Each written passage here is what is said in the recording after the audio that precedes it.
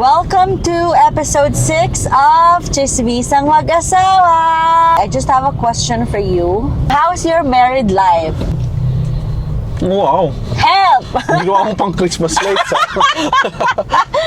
Masaya naman siya. Masaya.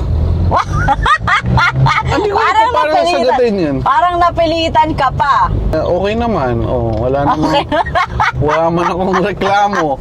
Oh, ay ikaw, Okay naman. ikaw, babalik yung tanong sa'yo. Oh, ano sagot mo? It's amazing! Ah, ganun ba? With Sige. energy. It's amazing! Sabi nila kapag nag-asawa ka na, hindi mo na magagawa yung mga gusto mo na bagay. O kaya, kapag mag-asawa ka na, sa bahay ka na lang, di ka na makakapag-enjoy, ganyan. What are your thoughts about that? Ako, lagi nga tayo sa bahay, pero nag-enjoy naman ako. Nasa tao siguro, kasi ako, di ba, yung mga tao, gusto nila, ay tara, naman tayo, ganito, or tara, labas tayo, kasama nila, ganyan. Pero, parang mas okay lang sa akin yung sa bahay, kasama mo lang yung asawa mo, or pamilya mo. Yung gano'n lang. Wala ka rin namang bisyo, so gusto mo lang talaga sa bahay. Ang bisyo mo lang naman ay yung mga games, online games. Yung mga PlayStation, ganyan. Video games, hindi online games. Hindi pala online games. Baka isipin nyo, talpak yan. Mga video games naman ang mga bisyo mo, ganyan. Hindi ka naman mabarkada. Wala kang, konti nga lang yung friends mo eh. So yun, sa atin, siguro sa iba, ano nila yon, outlet nila yon na, ay, sige na, labas mo na ako with friends, na hindi ko kasama yung asawa ko, ganyan. Diba? Oo, pero sa akin, mas gusto kong mag-spend ng weekend kasama yung asawa ko kaysa lumabas. True. Actually, hindi ko alam kasi dati, maraming nagsasabi na, syempre magkasama tayo sa work, isang company lang ganyan. Oh, magkasama na kayo sa work, tapos magkasama pa kayo sa bahay. Hindi ba kayo nagkakasawaan ng ganyan? May mga ganong nagsasabi. And para sa akin, sa atin ilang taon na tayo? 12 years? Parang never akong naka-feel na, ay, nagsasawa na ako kasi magkasama na tayo sa bahay tapos magkasama pa tayo sa work. Diba? Napaka-clingy ko nga eh. Gusto ko lagi kitang katabi. Gusto ko lagi kitang na-feel yung skin to skin, ganyan. Kaya siguro tayo ganun kasi kahit magkasama tayo, meron tayong alone time. Kumbaga meron kayong alone time together. Ang weird man pakinggan, pero yun yung nangyayari sa amin eh. May alone time. You do your thing, I'ma do my thing. But, we're in the same place. We're together. Nakaupo tayo sa sofa, nanonood ako ng K-drama, ikaw naglalaro kayo, mga ganon, mga ganong eksena. And, meron kasi tayong quality time. Lagi, every week, meron tayong quality time. Either magiinom tayong dalawa, or manonood lang tayo ng movie, series. Actually, minsan umabot pa nga tayo ng 9 to 10 hours na nanonood sa isang araw. So, para sa akin, yung married life ko ay masaya. Oo naman. Masaya yung married. Hindi ako siguro, sasabihin nila, ay, bagong kasal pa lang din naman kasi kayo, ganyan, 5 years pa lang kayong kasal. Pero yes, oo, bago pa lang, pero never pa ako naka-feel na, hala, naboboard na ako, or hala, wala akong magawa, gusto kong lumawas ng bahay na hindi kasama yung asawa ko. Kasi gusto ko lagi kita kasama pag lalabas ako ng bahay.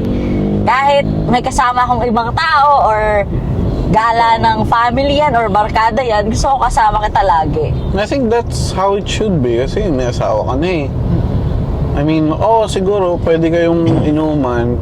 Siguro out of 10 labas mo, dapat around 80 to 90% kasama yung asawa mo kasi dapat nagbabanding pa rin naman kayo.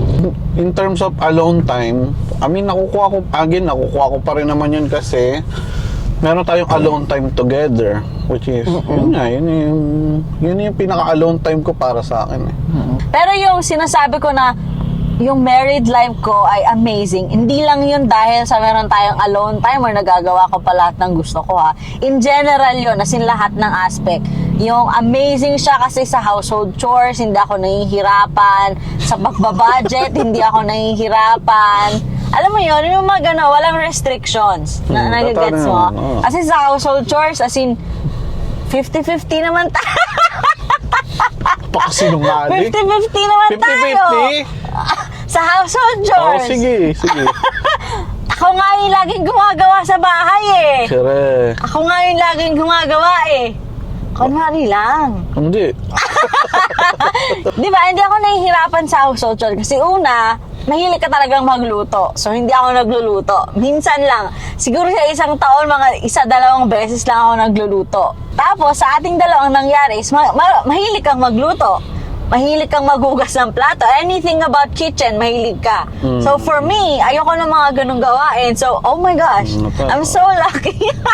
Minsan, ginagawa ko yun, lalo na kapag may sakit ka, syempre. Pero, yun nga, ayaw mo ako na... Siyempre, pag kinukumbulsyon ako, kapag lulutuin mo. Hindi, I mean, madalas kasi, lagi na ayaw mo naman talaga akong pagagalawin sa kusina.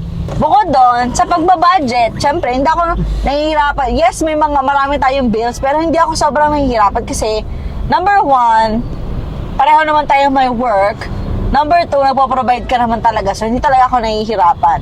Diba? Number 3, nasusunod natin lahat yung mga luho natin. So, walang restrictions. Ito. Diba? Kunyari, tinanong ka, the question is, swerte ka, masasabi mo ba na swerte ka sa asawa mo? Oo naman, siyempre. Bakit? Sige nga. Oh. Parin bakit ka tingin mo, bakit ka swerte sa asawa mo? Hirap i-explain kasi.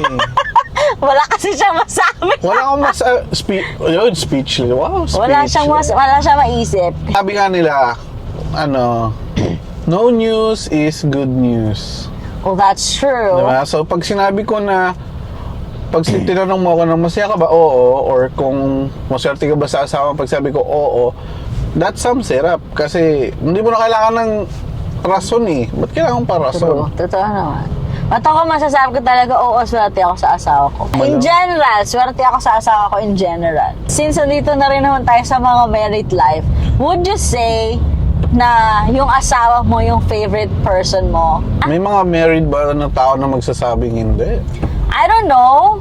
I mean, personally, I think that's weird. Kahit may anak kayo, Yung anak mo, sure, sige. Siguro kung may yung asawa mo, 1.5 yung anak mo. So yung ranking, number 1, personally, favorite mo dapat yung asawa mo. Oo. So ako yung favorite mo. Dapat. I mean, oo. Pero dapat naman lahat ng married na tao, ang favorite na person mo Ako din, oo. Oo. Pag may nagtanong sa akin, lagi kong sasabi or lagi kong sasabihin na yes, yung asawa ko yung favorite person ko. Hello, napaka-clingy ko nga. Pag nagising nga lang ako sa umaga na wala ka sa tabi ko, tatawag na ako eh. Nag-hysterical na. Ang okay na nag-hysterical. Baby, nasaan ka na? So, sa atin, para sa ating dalawa, kapag may nagtanong sa atin na how's your married life? Masasabi talaga natin na yes, masaya ang married life ko. Amazing ang married life ko. So far, kasi nasa early stages pa lang naman tayo ng married life. Totoo naman. Diba? 5 years pa lang naman tayong kasal. Is it 5 years? I don't know. That's a tricky question. So yun lang yung aming episode 6 and we are going to end it with a question. Ikaw ba, kamusta yung married life nyo?